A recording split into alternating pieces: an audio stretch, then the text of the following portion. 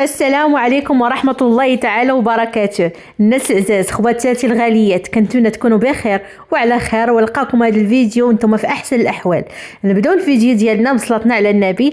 اللهم صل وسلم وبارك على سيدنا محمد وعلى اله وصحبه اجمعين.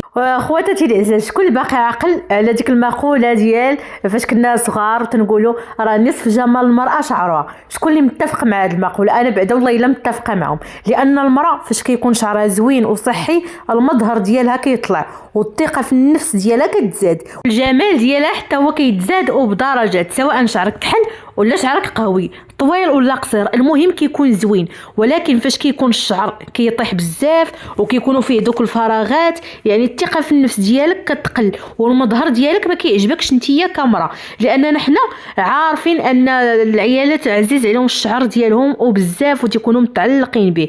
ففي هذا الفيديو ان شاء الله راه جبت لك حيل وجبت لك وصفات لاي وحده كتعاني من التساقط ديال الشعر، لاي وحده عندها فراغات، لاي وحده بغات الشعر ديالها يطول، لاي وحده عندها القشره. يعني في هذا الفيديو ان شاء الله غادي يكون مهم وبزاف وغادي تستفدي منه وغادي ينفعوك هاد الوصفات اللي جبت لك. اول حاجه مجربين وكاينه المصداقيه، انت غير جربي وردي عليا الخبر. غير حتى شي وحده تكون محبطه وتقول صافي انا راه فقدت شعري وصافي راه مشى ليا وانا راه قراعيط ومستحيل ان شعري يرجع كي كان. ثقي بيا، راه ما كايناش شي حاجه سميتها المستحيل.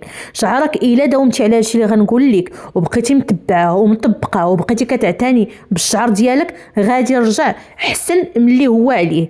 اول حاجه خاصك تعرفيها قبل ما تبداي الرحله ديال العلاج، خاصك تعرفي هو اش من نوعيه، يعني شعرك اش من نوعيه اللي عندك. اخواتي ما تنساونيش من اللايك، كنت غنسى نفكركم ما تنساونيش خواتاتي من اللايك والتعليق ديالكم والبارطاج مع الاهل والاصدقاء، باش هكا تدعموا المحتوى ويطلع الاخوات وحدين اخرين وتكبر هذه العائله ديالنا. نكملوا الفيديو الاخوات. اول حاجه كيف قلت لك خاصك تعرفيها قبل ما تبداي رحله العلاج هو تعرفي شعرك من اش من نوعيه، لانه كاين الشعر الجاف وكاين الشعر الدهني وكاين الشعر العادي. والا بغيتي تعرفي تقدري ديري لشعرك اختبار المنديل اللي بزاف تاع الناس عارفينه، الا ما كنتيش عارفه غنقولوا لك. هو فاش تغسلي الشعر ديالك وتخرجي من الدوش تسناي واحد 24 ساعه، ومن بعد كتاخدي المنديل ولا كديري هي كلينكس كتشديه وكتحطيه على الفروه ديال الراس ديالك. الا بان لك فيه الزيت او واحد طبقه كبيره عرفي ان الفروه ديال الراس ديالك دهنيه. والا كان هذا كلينكس ناشف عرفي ان الفروه ديال الراس ديالك جافه. ولا كان فيه غير شويه عرفي ان الفروه ديال الراس ديالك عاديه. عرفتي علاش؟ لانك تقدري تكوني درتي بزاف ديال المحاولات باش تنقدي شعرك ودرتي وصفات اللي كثيره وزيوت وما عطاتكش نتيجه، بالعكس غير طاح لك شعرك وخرجتي عليه اكثر. دابا فاش عرفتي النوعيه ديال الشعر ديالك غادي تعرفي العلاج المناسب لكل نوعيه. مثلا بحال الشعر الجاف راه العلاج المناسب ديالو هو المعالجه بالزيوت، يعني اي حاجه فيها الزيت. بالنسبه للاخوات اللي عندها الشعر جاف راني درت معكم واحد الوصفه اللي روعه وكتعطي نتيجه خطيره. ما عرفتش الاخوات واش جربتها ولا لا، اللي جربتها تكتب لنا في التعليق اللي كان فيها. اش كان فيها؟ خديت قرعه ديال الزاج، درت فيها معلقه ديال الحرمل، معلقه ديال زرعه البصل، الفصوصه ديال الثومه الحمراء مفرشخين، ودرت فيها الفلفله الخضراء. ومن بعد سخنت زيت الزيتون وخويته في هذيك القرعه، كنسدو عليها 20 يوم، كنحطوها في الظلام. ومن بعد فاش كتخمر كتصفي هذيك الزيت وكتبقاي كتشقي بها شعرك وقت ما كنتي غاديه للحمام. هذه وصفه كنتمنى ترجعوا ليها، راه كاينه عندي في القناه. الا طبقتيها غادي تعطيك المفعول، لانه ما يمكنش، راني قلت لكم خويا ما عندوش نهائيا اللحيه ونبتات ليه، يعني هذه عن تجربه ما فيهاش هكا ولا هكا.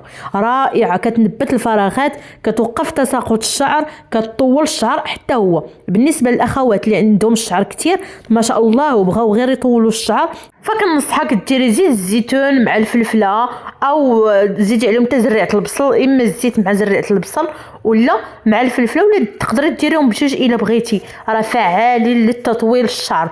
او تقدري تستعملي زيت الحشيش سواء لتطويل الشعر، سواء مثلا ما عجبتكش الوصفه الاولى اللي قلت لكم اللي عندي في القناه اللي فيها الثومه، الا ما عجبتكش هذيك الوصفه تقدري تمشي عند العطار وتشدي من عند زريعه الحشيش وتقول لي انه يطحنها لك، يعني يطحنها قدامك على يديك. هذيك الزيت راه زوينه بزاف سواء بالنسبه لتساقط الشعر سواء بالنسبه للتطويل، حتى هي راه فعاله. زيت الحشيش راه زوينه، وكنتمنى الاخوات اللي كيستعملوها يكتبوا لنا في التعاليق الرأي ديالهم فيها. وانا عن تجربه راه الوصفه اللي درت معكم الاولى اللي قلت لكم اللي فيها الثوم وزرعه البصل راه زوينه ولقيت عليها نتيجه لا انا ولا الاخ ديالي، جربوها. وكذلك الا بغيتي ديري زيت الحشيش تقدري كل مره ديري مره هذه مره هذه، المهم هو ما تبقيش جالسه وكتفرجي في شعرك كيضيع منك ولا ضاع منك وتبقي جالسه كتشوفي فيه. نقدي الشعر ديالك، والحاجه اللي تبغي ديريها هو انك تستمري عليها، يعني ماشي ديريها مره ولا جوج صافي وتحبسي. بالنسبه للاخوات اللي عندهم الشعر الدهني، وقلت لكم في الاول ان النوعيه اللي عندها الشعر الدهني ما يمكنش تبقى هو دهني وتزيدوا الزيوت، فهمتيني؟ راه كطيح الزغبه بهذه الطريقه. انت عندك شعر دهني صافي تبقي خاصك ديري الاعشاب، الاعشاب الزوينه اللي فعاله وحتى عن تجربه بزاف ديال الناس هو اليازير والزعتر. اليازير والزعتر راكم عارفين المنافع ديالو، كتشديهم كتغليهم في الماء كتصفيهم كديرهم في الشاشه وكتبقاي كترشي على الفروه ديال الراس ديالك وكتداومي عليها، ونساي شي حاجه سميتها تساقط الشعر. الوصفه الاخرى حتى هي اللي زوينه ورائعه هي ديال القهوه المخمره. كتمشي عند العشاب كتاخدي القهوه حبوب كيطحنها ليك، ما كيدير فيها حتى شي حاجه، كيطحنها كتجيبيها نتيا ما فيها لا منسمات لا عشوب اخرين لا حتى شي حاجه، وماشي القهوه سريعه الذوبان، القهوه حبوب. وحتى هي راه ساهله، كتشدي الماء كديري فيه شي 5 المعالق ديال القهوه اللي جبتي اللي قلت لك ما فيها لا منسمات لا والو، غير القهوه الماء والقهوه صافي. كتخليها واحد 5 دقائق فوق البوطه، كتحيديها كتحطيها كتخبيها واحد 3 ايام في الظلمه، عاد من بعد كتشديها كتصفيها وكديريها في واحد البخاخ وكتبقي كترشي على الفروه ديال الراس ديالك. وفاش تترشي على الفروه ديال الراس ديالك مزيان مزيان مزيان كتبقي ديري مساج للفروه ديال الشعر ديالك واحد 5 دقائق ولا 10 دقائق. المهم كديري داك المساج ماشي كترشي وصافي، لا كترشي مزيان حتى كيتبلل الشعر ديالك كله بالقهوه، ريحتها زوينه ما خفتي منها حتى شي حاجه. وكديري مساج مزيان ديك 5 دقائق ولا 7 دقائق ولا 10 دقائق صافي حتى كتدخل القهوه الفروه ديال الراس ديالك. ونساي شي حاجه سميتها التساقط ديال الشعر. وحاجه اخرى خاصك تعرفي على هذه القهوه من غير ان كتحبس التساقط ديال الشعر، راه مع المداومه حتى الشيب كيختفي. مثلا نتيا فيك الشيب في الشعر ديالك راه مع هذه القهوه ومع المداومه الشيب كيختفي وما تيبقاش. المهم هو تداومي على هذه القهوه. بالنسبه لتساقط الشعر وكيف قلت لك تيل عندك الشيب غادي يغبر.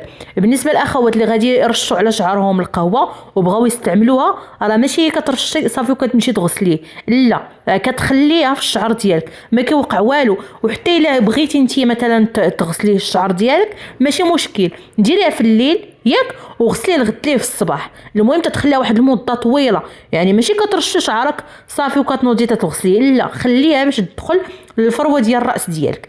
هذا الشيء كله بسيط وما غاديش ياخذ منك بزاف ديال الفلوس، ولا خاص ضروري تكون عندك الماده باش انت تطلعي في راسك. هذا الشيء بسيط، تقدري تشري 3 دراهم ولا 5 دراهم وتطلعي في راسك غير الا ما بغيتيش. ودابا غادي نعطيك واحد الوصفه اللي بزيرو درهم، يعني ما محتاجه منك لا 3 دراهم ولا 5 دراهم. بالنسبه للاخوات اللي كيعانيوا من القشره، وانا بدوري كنت كنعاني من القشره وما خليت ما درت ليها. اي واحد قال لي شي حاجه كنديرها حتى لقيت الحل اللي ساهل وبسيط وحتى نتيا غادي تليق لك. القشره اختي الى عندك غاقولي لها باي باي.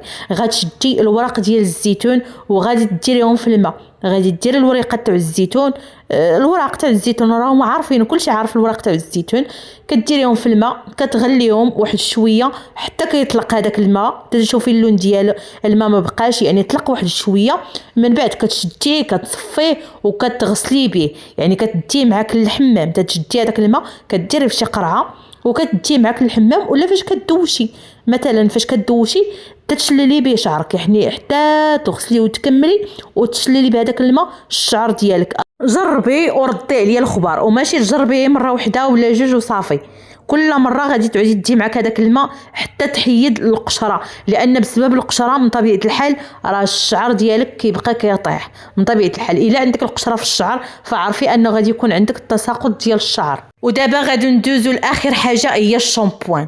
راه الشامبوان كيرجع اش بنقول لك كيلعب واحد الدور مهم، سواء بالنسبه للفروه ديال الشعر ديالك، سواء بالنسبه للتساقط ديال الشعر ديالك، سواء بالنسبه للقشره. يعني الشامبوان اول حاجه خاص يكون شامبوان ما فيهش السلفات والسيليكون. شتي الا كان فيه الشامبوان اللي كتغسلي به السلفات والسيليكون غير لوحيه، لانه غادي يخرج لك على الشعر ديالك. لازم ديري شي نوعيه جيده الا عندك من طبيعه الحال الامكانيات، لان الشامبوان اللي تيكون بحال هكا صحي شويه راه تيكون الثمن ديالو زايد، فهمتيني. وحتى الا ما بغيتيش مثلا تشريه وماشي في الاستطاعه ديالك، تقدري على الاقل ما تبقيش تتبدلي الشامبوان ديالك كل مره. وفاش تبغي تغسليه ما تبقيش كتكثري الشامبوان كل مره 3 غسلات 4 غسلات، فهمتيني. هادشي كله راه تيخرج على الشعر. والنصائح اللي نبغي نعطيك باش ما تلقيش هذاك المشكل ديال تساقط الشعر وتعاوني راسك هو ما تخليش شعرك بلا غسيل لمده طويله، كتزيد على 4 ايام ولا 3 ايام، على الاقل 2 مرات في الاسبوع كيخصك تغسليه، ماشي يوميا، 2 مرات في الاسبوع. علاش؟ لان كيفاش تجلسي سيمانه وكثر ما تغسليش الشعر ديالك راه تتولي فيه ديك الطبقه ديال الدهون، يعني كيتشد الدهون، والشعر فاش تيولي دهني بحال هكاك موسخ من طبيعه الحال راه كيبقى كيتساقط وكيبقى كيطيح، فهمتيني. وحاجه اخرى هو تجنبي انك تشدي شعرك ديك الشده اللي تتكون مزيره، تشدي على شعرك مزير وديري ليه البانطه وتنعسي به، وهو تيكون مزير حتى هاد القضيه تتخرج على الشعر. والبانطه احسن حاجه ديريها هو تكون البانطه ديال ساتان، تكون من دوك الملسين، لانه غادي تلاحظي الا كنتي كديري البانطه ولا كتشدي شعرك بديك البانطه اللي تتكون ماشي ساتان تتلقاي عامره بالزغب، تتلقاي الزغب مكلكم عليها.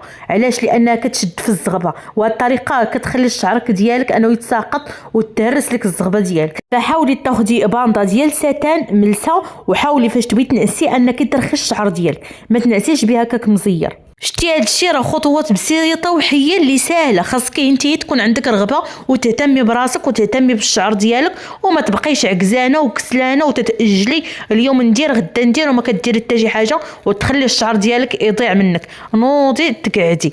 حتى لهنا غنكون ساليت الفيديو، كنتمنى يكون نال الاعجاب ديالكم واستفدتوا منه. شكرا على الوقت ديالك والمشاهده. ما تنسونيش خواتاتي من اللايك، جزاكم الله خير. استودعكم الله الذي لا تضيع ودائعه. كانت معكم أختكم حياة الحكيمي من قناتي على اليوتيوب.